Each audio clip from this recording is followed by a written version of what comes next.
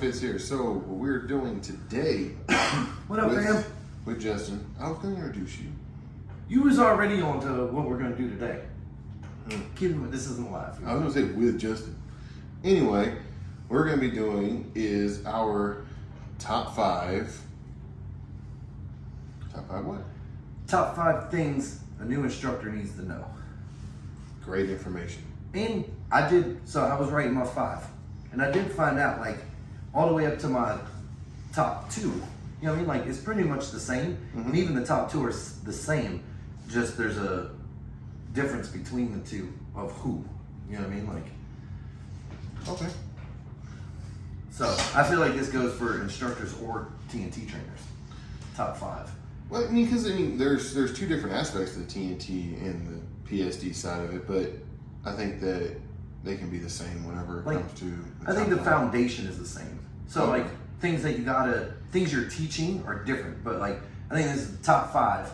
You know what I mean? Like for the foundation to make you a good instructor, right? So or I think trainer, right? So I think these 5 are going to be the same. Let's say my top 2. You know what I mean? Like are the same, just in different roles. So you want to go from 5 all the way up with number 1? Yes, sir. So what's number 5? What's your number 5? What's your number 5? Honesty. Mine kind of went with integrity. I feel okay. That's not even in my top 5. Oh, it's a big word. It's okay. Yeah, you know what I mean? Like, spelling is not my friend. Couldn't write something like that if I wanted to. But why integrity? Integrity for me is you need to be able to practice what you preach. So what I mean is, I feel we're the same because that's what I mean by honesty. Right. So whenever especially when you're an instructor or / trainer, and you're trying to convey the best things about you. So your backing and everything like that. So your day-to-day trucking life needs to coincide with what you're instructing. So because the thing is, if that trainee gets off the truck or what have you, and then he sees you driving down the road completely different than what you told him how to, there's nothing there that's to say like, well, why are you even doing this? So I mean, that to me, it's number 5. But that's why, and for me, like honesty is being honest about what this is, what we're gonna do, all of that. But in the same boat, like integrity, like I might tell you to drive this hill at 35. I might drive it at 45. But that comes from my experience, right? Like it's not just me doing it. That's why I say like honesty, like your skill set says you should be doing this. My skill set says I could be doing this. And one day you'll reach this goal, right? But don't push to get there, wait to get there. So that's why I feel like we're on the same page with the 2 different words. Mine's just smaller than yours. You know what I mean? Like fucking the Thoris or whatever that thing is. So number 4. 4? What's your 4th? My number 4 is courage. Ooh, good one. Courage, to me, whenever you're coming out here to be an instructor or trainer, what you're doing is you're putting your life in somebody else's hands. But you also have to have the courage in order to come out here and do it. So, for instance, you may want to complain about certain aspects of truck driving because you see a person driving a certain way. Courage would tell you to be able to do something about it. I feel like, are you talking about like with the student? I think courage, just courage in general. I mean, I get the courage part as you know what I mean? Like I have to, like this dude, my life is in your hands, to this and that. But like when you say, you know what I mean? Like having the courage to do something about it. Like what do you? And also I think that the courage can coincide even whenever it comes to getting a student, or you're afraid because you don't want to put somebody's life in your hands. Just get out there and do it. What you're going to do is you always have limits, but you're going to have new limits once you push past your old limits. Always find your new limit, and you have to have the courage in order to do so. Yeah. My number 4, communication. I didn't see that coming, did you? So I did. It's always just higher my number. So always being able to communicate with, you know what I mean, like communication with expectations. You know what I mean, like this is what we're doing. Never leaving something empty. You know what I mean? Like never leaving a thought. Like I feel like one of the bigger problems that I hear from a lot of instructors and a lot of trainers is like, this dude is dumb.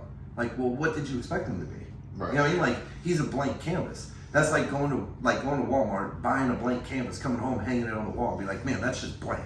Right. You know what I mean? Like, that should be, like, why is that? Like, people are going to come in your house and be like, why is that blank? Like, why did you hang just an empty canvas, you know what I mean? Like, on your wall. So that's what these students are. So to communicate to them, like, what you're, you know what I mean? Like, this is what you need to be doing. This is, and trust me, man, it's very easy to forget.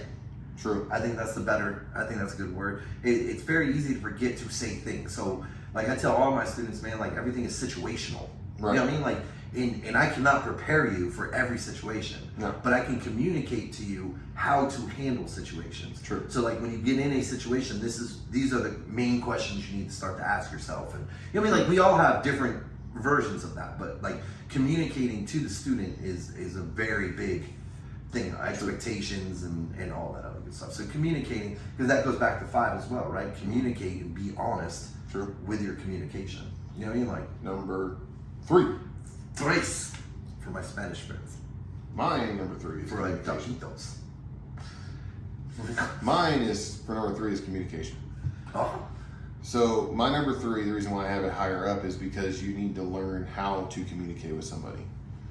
Each person that you're going to have, whether it's on the instructor side or on the trainer side, so the difference between PSD and TNT, can take instruction in a different way. So meaning that if I go into military Y, I can go, you need to do this, boom, boom, boom, boom, boom. Some students will fall in line with that. They want that structure. But there are other students that can go, or there's other students that you do that with them and you get to that aggressive tone with them, they shut down. And they're not going to have any kind of effective learning. So that's whenever you need to bring it down and talk to them at a level tone. How you figure this out is communication.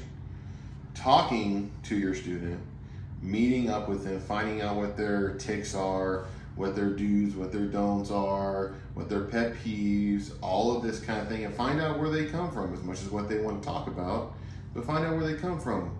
That's where that comes into the meeting. I think meeting is a very big portion of the communication. Right, and like, because you bring up a good point that within the communication as well, that is like when you first meet the student, you know what I mean? Like, especially for those that are doing like TNT onlys, you know what I mean? Like, you didn't get a feel for each other yet, you know what I mean? Like, so it's going to take at least a few days to kind of feel each other out, you know what I mean? Like, hey, what do you like? What do you not like? You know what I mean? Like, what, like you said, pet peeves and stuff like that. Right. So, like, getting on the same page with each other is a huge process in the same breath, like, from the beginning. Like, True. you know what I mean? Like, because there's certain things you might do that just might aggravate a student that you never intended to, right? It's just a joke, but, like, that's just something he doesn't play with or whatever. True. You know what I mean? Like, that gets me to my number 3, if I'm not mistaken. Yeah. Well, dude, I had to write these down. And so, you know what I mean? Like, I had to juggle between 2 and 3. So that comes to my number 3, which is understanding. You know what I mean? Like, as a trainer / instructor or instructor / trainer, you know what I mean? Like, you have to have understanding, again, going back to the blank canvas, that these kids don't know anything. Sure. So it's very easy to get frustrated. And you have to think about it of, man, the amount of information you're trying to slam in them. You know what I mean? Like, in just think about a shift. Right. Like, how many things came at you in one shift? You know what I mean? Like, and like 3 days from now, something that happened, you know what I mean? Like, that day, you're expecting that kid to remember. Sure. You know what I mean? Like, and it's not always a feasible thing. You know what I mean? Like, right. So you got to have some sort of understanding for your student to, you know what I mean? Like, expectations of mistakes and not remembering, and you know what I mean? Like, it takes a few times, even with the instruction, like, that light bulb will eventually go off, but they have to live it a couple of times. I know for me, like, if I don't do something consistently, you know what I mean? Like, then I don't remember it well. So, Right. like, if I did something and I feel like I got it, but I haven't been utilizing that in my life, like when I was studying for the thing, you know what I mean? Like, I would always go on food bars and be like, hey, did you know that? You know what I mean? Like, that's a way to help myself remember. And so, finding little tricks that work for you when you were learning, you know what I mean? Like, and having understanding and helping them learn. So, you got to understand that. You know what I mean? Like, you got to have some patience and understanding for that. Number 2. Dos for our Espanol friends. So for mine, it's kind of a 2-word deal, but it's relinquish control. Ooh. I know some people that do struggle with that. That's a good one though. That's a good one. Relinquish control. So as coming from a person who likes to control all the different aspects of everything that comes from my background, Facts. it's very easy for you just to jump into the cab, jump into the driver's seat, and do what you're trying to instruct your student to do. The thing is about it, you need to be able to relinquish that control, step out of that role, and allow them also to make some of their mistakes. Allow them to make their mistakes, obviously in a safe environment, but allow them to get their legs up underneath them. So step out of the cab, walk next to the cab, and give that instruction from standing outside instead of being inside and telling them, hey, watch what I'm doing. Watch what they're doing and critique them as such. Very good. What is yours? Number dos is knowledge. Yeah. You gotta have knowledge to understand it. So, like, take for instance, which again you shouldn't, because like with what you said, like when is a good time for them to back up? You know what I mean? Like Every time. what shipper have you been to that isn't backed up and isn't, you know what I mean? Like it's very easy to find excuses. Well, you get but nervous. if you are going to do the backing, right? Don't say watch what I'm going to do. Right. Tell them what you're doing. Right. You know what I mean? Like that's where the knowledge comes in. You have to have the knowledge to be able to explain. Right. And you get that from like in the TNT side and even on the instructor, like when I would back in the docks, I would try to explain to my student, like, okay, I'm seeing this, so this is why I'm doing this. You know what I mean? Like this is what's making me. Now, the amount of times, I'm telling you, man, the amount of times that I was like, everything I just said, forget it. Because it didn't work. You know, like it's ridiculous. And that's where we go back. Like I really try to make my order from back to front coincide with each other, right? So that's where the honesty comes in. Like, hey, you know what I mean? Like working on my knowledge. You know what I mean? Like communicating the fact that you're, you know what I mean? Like communicate the fact of honesty of, hey, like this is my skill set. You know what I mean? Like, and then, you know what I mean? Like having the knowledge to get it done. You know what I mean? Like, and that's where, you know what I mean? Like that was my number 2, because I don't want, my number 1 coincides with that. So if I keep going, like, it's gonna ruin my number 1. Number one. What's your number one thing for a new instructor trainer to know? Patience. Patience. And I think that kind of coincides with my number 2. But you have to be patient. You cannot force this stuff to happen. You cannot just take the easy way out. You cannot just basically force your knowledge onto them. You have to be able to know, and that's why it kind of coincides with all of my numbers. You have to be able to know how that person ticks. You got to know how they learn, whether they're kinetic, visual, auditory, all of these different types of learning. You have to know all of these things. And if they end up being a different type of learner than what you've been used to, you have to have the patience in order to be like, okay, you can get this. Let's go ahead and do this. If you're coming off of the road and you're coming back onto the pad, and you're teaching them how to back on the pad on the PSD side, and you're getting at them like, hey, I gotta get back out here and make money. I gotta get back out here and make money. I gotta get back out here and make money. That's not gonna help them at all. You have to be able to have that patience to be able to sit there and be like, hey, let them get this. Let them know that, hey, however much time it takes, you got this. Patience. Yeah. I felt like, so I struggled with that one, right? I wanted to throw that in there. But I felt like patience and understanding fell in the same boat. So that's why that patience and understanding is at my number 3. And my number 1 is practice. Yeah. Goes back to kind of what your number 5 is, like be able to achieve what you're asking them to achieve. Right. You know what I mean? Like, and then not only be able to achieve it, but be able to explain what you did. Like a lot of new instructors will come out on the pad and they'll be like, well, I just do it. You know what I mean? Like, and so when I used to work with them, you know what I mean? Like it was, okay, let me see you do it. Now explain to me everything you just did. Well, that's the problem. How is somebody new going to pick that up? Or whenever we say, get underneath it. Right. Like They don't know what. Get underneath what? You want me to stand underneath the trailer? Right, like that. It seems so common, but that's where that's where communication comes in. Mm-hmm. You know what I mean? Like that's where knowledge comes in. Having the knowledge, you know what I mean? Like that's where understanding comes in. Understand that they don't know that. You know what I mean? Like get in front of the trailer. You know what I mean? Like you have to use terminology.